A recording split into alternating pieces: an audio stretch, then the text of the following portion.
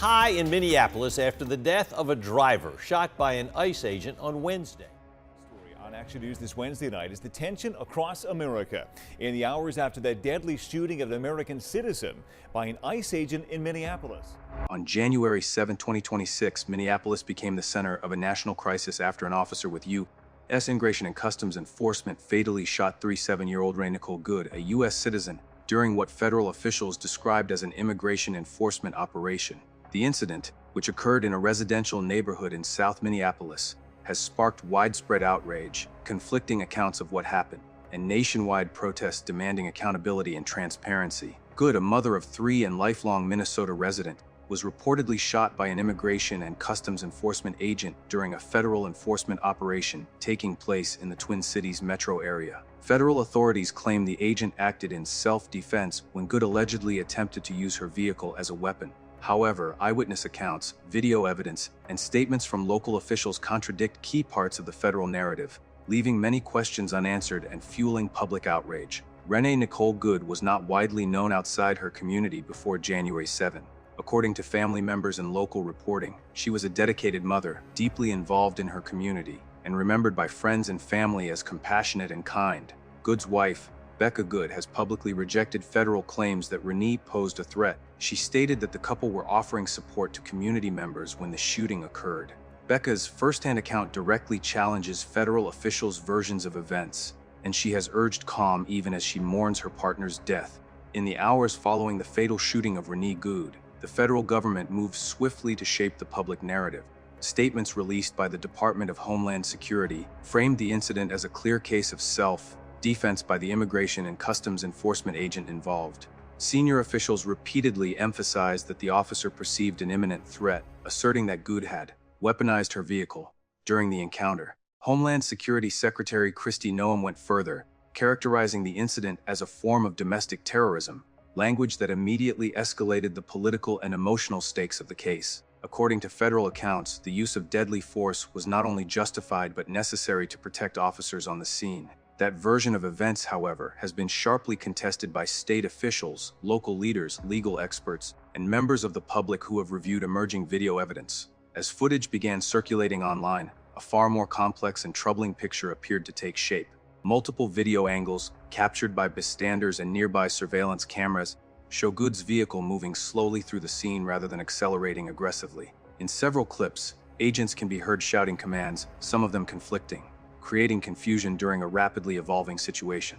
One officer orders Good to stop, while another yells for her to move. The lack of clear, consistent instruction has become a central point of scrutiny. At a critical moment visible in the footage, Good appears to reverse her vehicle slightly and then turn away from the agents, a movement that some interpret as an attempt to disengage rather than attack. Even as one agent continues to approach the car on foot, 3 gunshots ring out. The precise timing of the shots, relative to the vehicle's movement, has become a focal point of legal debate. Supporters of the federal narrative argue that any movement of a vehicle in close proximity to officers can constitute a lethal threat. Critics counter that the available footage does not show the kind of immediate danger that would typically justify deadly force under established use of force standards. Eyewitness testimony has further complicated the official account. Several people present at the scene reported that immediately after Good was shot, federal agents aggressively secured the area and prevented bystanders from approaching. According to multiple witnesses, civilians who attempted to render aid were ordered back, even as emergency medical responders tried to administer CPR. One eyewitness, Venus DeMars, described the aftermath as chaotic and intimidating, with roughly 24 immigration and customs enforcement vehicles surrounding the scene and officers in tactical gear blocking access from all directions. DeMars said the scale of the federal response felt disproportionate and militarized, heightening tensions rather than calming them. Concerns intensified when federal authorities announced that the Federal Bureau of Investigation would take exclusive control of the investigation. The decision effectively sidelined Minnesota's Bureau of Criminal Apprehension and restricted access for state and local officials who would normally play a role in reviewing evidence, interviewing witnesses, and releasing findings to the public. Legal experts immediately questioned the move, warning that a federal-only investigation into a federal officer's actions creates an appearance, if not a reality, of institutional bias. Critics argue that such an approach undermines transparency at a moment when public trust is already fragile. Hennepin County Attorney Mary Moriarty voiced those concerns publicly, urging residents to submit any videos, photographs, or first-hand accounts they may have captured. Her request reflected a fear shared by many local officials that critical context could be lost if the investigation remains entirely behind closed federal doors. Moriarty emphasized that community participation is essential in cases involving deadly force, particularly when the victim is a U.S. citizen and the incident occurred in a densely populated urban area with numerous potential witnesses. What has surprised some observers is the breadth of opposition to the federal handling of the case. Pushback has not come solely from Democrats or civil rights advocates. Minnesota Republican leaders have also expressed alarm, calling for an independent and inclusive inquiry that involves both state and federal authorities. Governor Tim Walz joined those demands, arguing that public confidence in the outcome depends on a shared investigative process rather than unilateral federal control. Walz stressed that accountability and transparency are not partisan issues, but foundational requirements in a democratic system governed by the rule of law. As the competing narratives continue to clash, self-defense versus excessive force, terrorism versus tragic misjudgment, the investigation itself has become almost as controversial as the shooting.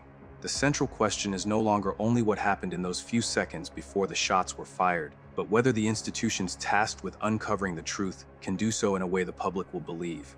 In Minneapolis and beyond, trust now hangs in the balance, shaped not just by evidence, but by who is allowed to see it, interpret it, and tell the story of Renée Good's final moments. Legal experts across the United States remain sharply divided over whether the use of deadly force in the shooting of Renée Good meets the standards set by U.S. law. Federal authorities continue to stand firmly behind the immigration and customs enforcement agent involved, arguing that the decision to fire was made in a split second under perceived threat. According to official statements, the agent, identified as Jonathan Ross, believed that his life or the lives of fellow officers were in immediate danger at the moment he discharged his weapon. Ross, a 43-year-old law enforcement veteran with prior military experience, was reportedly transported to a hospital for evaluation and later released. Federal officials emphasize his background and training as evidence that he followed established protocols and acted within the scope of his authority. Under federal use of force guidelines, officers are permitted to use lethal force if they reasonably believe there is an imminent threat of death or serious bodily harm.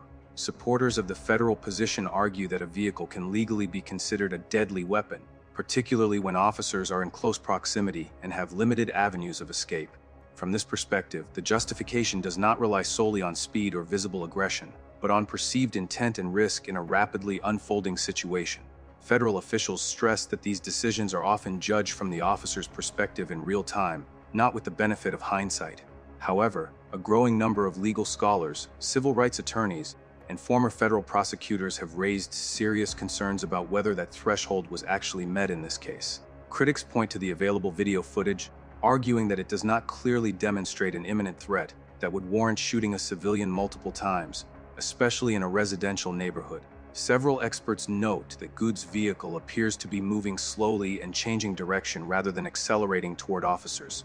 They argue that ambiguity in the footage should weigh heavily in favor of restraint, particularly when less lethal options may have been available. A former FBI agent has publicly questioned Immigration and Customs Enforcement's tactical approach, suggesting that the agency's posture during the encounter may have escalated rather than de-escalated the situation. According to this view, the presence of multiple armed agents, conflicting commands, and a lack of clear containment strategy created confusion that increased risk for everyone involved. Critics argue that federal enforcement tactics designed for high-risk operations may not be appropriate in densely populated urban settings where bystanders and civilians are present and where misjudgments can quickly turn fatal. Beyond questions of tactics and judgment, the case has raised complex legal issues surrounding jurisdiction and accountability. State law enforcement officials and prosecutors, including Minnesota Attorney General Keith Ellison, have indicated that they are independently reviewing the circumstances of the shooting. Ellison and others have emphasized that federal agents are not automatically immune from state prosecution if their actions violate state criminal law. While federal officers often assert qualified immunity or federal supremacy defenses, legal experts note that these protections are not absolute and can be challenged under certain circumstances. This has set the stage for a potential legal conflict between federal authorities and the state of Minnesota. On one side, federal agencies argue that allowing state prosecution could interfere with federal law enforcement operations nationwide. On the other, state officials insist that accountability cannot depend solely on internal federal reviews, especially when a civilian has been killed. The outcome of this dispute could have far-reaching implications, potentially reshaping how federal officers are held accountable when operating within state jurisdictions. As legal debates unfolded, public reaction intensified. From the moment news of Renée Good's death spread, Minneapolis residents responded with shock, grief, and anger. Memorials quickly formed near the site of the shooting, with mourners leaving flowers, candles, handwritten notes, and personal items. Many attendees emphasized Good's identity as a mother, a neighbor, and a member of the community, pushing back against narratives that framed her primarily through the lens of law enforcement suspicion. Speakers at vigils described her as a person whose life mattered beyond the circumstances of her death. Protests in Minneapolis soon followed, drawing hundreds of participants demanding justice, transparency, and accountability. Demonstrations were largely peaceful but emotionally charged, with chants calling for federal agencies to leave the city and for a full, independent investigation. Signs criticized immigration and customs enforcement's presence and questioned why a civilian encounter escalated to lethal force so quickly. Organizers repeatedly urged protesters to remain calm, emphasizing that their goal was visibility and accountability rather than confrontation. The response has not been confined to Minnesota. Across the country, activist groups, civil liberties organizations, and community leaders have condemned the shooting, framing it as part of a broader pattern of excessive force by federal law enforcement against civilians. Vigils and rallies have taken place in multiple cities, often coordinated in solidarity with Good's family and the Minneapolis community. Speakers at these events have called for reforms to federal enforcement practices and greater oversight of agencies operating within local communities. As investigations continue, the legal questions surrounding the shooting remain unresolved. Whether the use of deadly force will ultimately be deemed justified or excessive may depend not only on the interpretation of law, but on the credibility of the investigative process itself. For many Americans watching closely, the case has become a test of whether the just immigration and customs enforcement system can fairly evaluate the actions of federal officers, and whether accountability applies equally, regardless of the badge worn. The political reaction has been intense and sharply divided. Local leadership in Minneapolis, including Mayor Jacob Frey, criticized federal authorities for what they described as a premature narrative and lack of transparency. Frey specifically condemned early federal characterizations of Good as a domestic terrorist, arguing that these statements were made before any detailed investigation was conducted. National political leaders have also weighed in, often reflecting broader partisan divides. Some federal officials, including high-ranking members of the current administration, have publicly supported the immigration and customs enforcement agents' actions, emphasizing the dangerous conditions under which immigration enforcement officers operate. Others have called for accountability and greater oversight of federal law enforcement practices, especially in civilian settings. Though local officials and state leaders want a more transparent investigative process that includes independent review, the federal decision to restrict access has intensified calls for judicial and legislative scrutiny. Many civil rights groups say that, without full cooperation between federal and local authorities, public confidence in the outcome will remain low. In the wake of the fatal shooting of Renée Good by a U.S. Immigration and Customs Enforcement agent in Minneapolis, protests have spread far beyond Minnesota's borders, igniting demonstrations in cities across the United States and uniting activists, community members, and civil rights organizations around broader concerns about federal immigration enforcement practices and law enforcement accountability. On Thursday and Friday following Good's death, hundreds of people gathered in Hartford, Connecticut, to condemn the shooting and express solidarity with Good's family and the Minneapolis community. At multiple rallies near federal buildings and public squares, demonstrators held vigils, marched with signs, and chanted calls for justice, drawing attention to what many see as a troubling pattern of excessive force in federal operations. Protest organizers and participants emphasized the fact that Good was a U.S. citizen killed by a federal law enforcement officer, a circumstance that has intensified calls for accountability and transparency. Connecticut protesters framed their actions not only as a response to the specific incident in Minneapolis, but as part of a larger critique of immigration and customs enforcement and Department of Homeland Security practices nationwide. Leaders from immigrant advocacy groups spoke at the Hartford rallies, urging federal authorities to release more information about the case, prosecute those responsible, and rethink enforcement strategies that officials say put civilians at risk. Some activists also distributed flyers and organized informational sessions to educate members of their communities about the incident, and its implications for civil liberties and immigration enforcement more broadly. Portland, Oregon, where federal officers reportedly shot and wounded 2 people outside a hospital the day after Good's death, also saw significant protest activity. The Portland demonstrations brought visible frustration with federal law enforcement's presence and tactics, with many residents expressing concern that expanded immigration enforcement operations could lead to further violence and instability. Hundreds of people gathered outside an immigration and customs enforcement facility, with local officials pledging to investigate the Portland shooting and hold any officers who acted outside the scope of their authority accountable. Although Minneapolis remains the epicenter of reaction, protests have also been reported in other cities, with activists mobilizing in response to news of Good's killing and similar federal enforcement actions.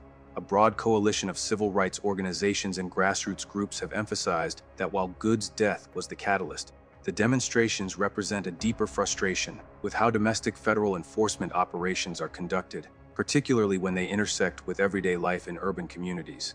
These activists argue that enforcement strategies need fundamental reform, especially when executed in environments where unarmed civilians, families, and nonviolent community members may be present. The ripple effects of the shooting have also impacted daily life in Minneapolis itself. Some local school districts announced temporary adjustments to learning protocols in response to the ongoing protests and the presence of heavily armed federal agents. In some areas, administrators shifted to remote instruction or altered schedules to ensure student safety and reduce logistical strain on families navigating a city in heightened tension. These steps highlight how deeply the incident has penetrated community life, influencing not only political activism but everyday routines and public services. At the same time, the investigation into Good's death remains a focal point of controversy. The Federal Bureau of Investigation continues to lead the federal inquiry, a decision that has drawn criticism from local and state officials who argue that excluding state investigators undermines transparency and public trust. Minnesota authorities, including Hennepin County Attorney Mary Moriarty, have been collecting independent evidence and publicly encouraging residents to submit video footage and eyewitness accounts, stressing that a complete and accurate record of the event is crucial for any potential legal proceedings. Critics of the federal-only investigation say that withholding evidence from state and local agencies creates an imbalance of power and fuels suspicions of bias. Protesters and advocacy groups have also expanded their actions beyond public demonstrations to include legal challenges, awareness campaigns, and coordinated national events aimed at demanding broader reform of federal enforcement policies. Civil liberties organizations have pledged to support affected communities legally and logistically, while immigrant rights groups emphasize that Good's killing and the subsequent federal response underscores the risks posed by current immigration enforcement strategies. Those campaigning for systemic change argue that law enforcement operations should prioritize de-escalation, community safety, and accountability, especially when conducted in residential areas where civilian harm is far more likely. As protests continue, the movement shows little sign of abating. What began as an outpouring of grief in Minneapolis has grown into a national conversation about federal authority, community safety, civil rights, and public trust. With rallies and vigils scheduled across multiple states, activists remain focused on keeping Good's name at the forefront, not only as a call for just immigration and customs enforcement in her own case, but as a catalyst for broader scrutiny and reform of how federal enforcement operations are carried out in communities throughout the country. The fatal shooting of Renée Nicole Good has ignited one of the most contentious law enforcement controversies of 2026, with multiple narratives in conflict, official federal statements, eyewitness accounts, video evidence, and local leadership criticism. The case has become a flashpoint in ongoing debates about policing, federal enforcement, civil rights, and institutional transparency. As investigations proceed and protests continue, the country faces not only an immediate question of accountability, but a broader reckoning about how enforcement powers are exercised in civilian communities.